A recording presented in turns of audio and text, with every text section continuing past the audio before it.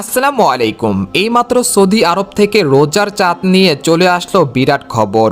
এবার একই দিনে বাংলাদেশ ও সৌদি আরবের আকাশে দেখা যেতে পারে 2026 সালের রোজার চাঁদ।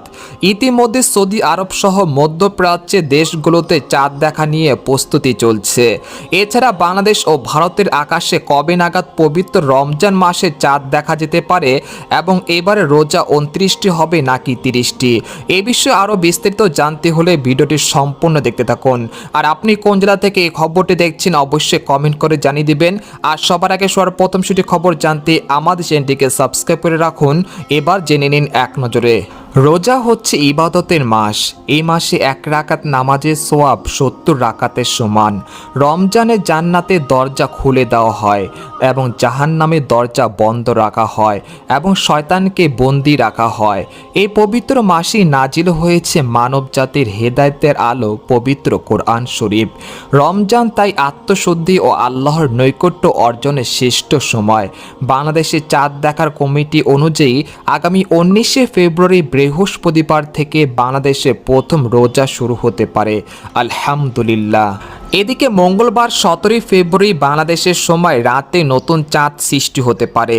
তবে নতুন চাঁদ সৃষ্টির দিন সাধারণত খালি চোখে চাঁদ দেখা যায় না, কারণ চাঁদ দেখার জন্য তার বয়স কমপক্ষে 12 থেকে 18 ঘন্টা হওয়া প্রয়োজন এবং সূর্যাস্তের পর কিছু সময় দিগন্তের উপরে অবস্থান করতে হয়।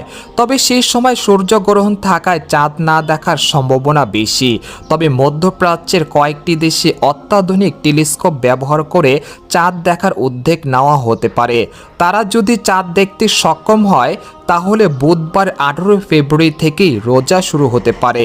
আর চাঁদ দেখা না গেলে বৃহস্পতিবার 19শে ফেব্রুয়ারি থেকে রোজা শুরু হওয়ার সম্ভাবনা রয়েছে।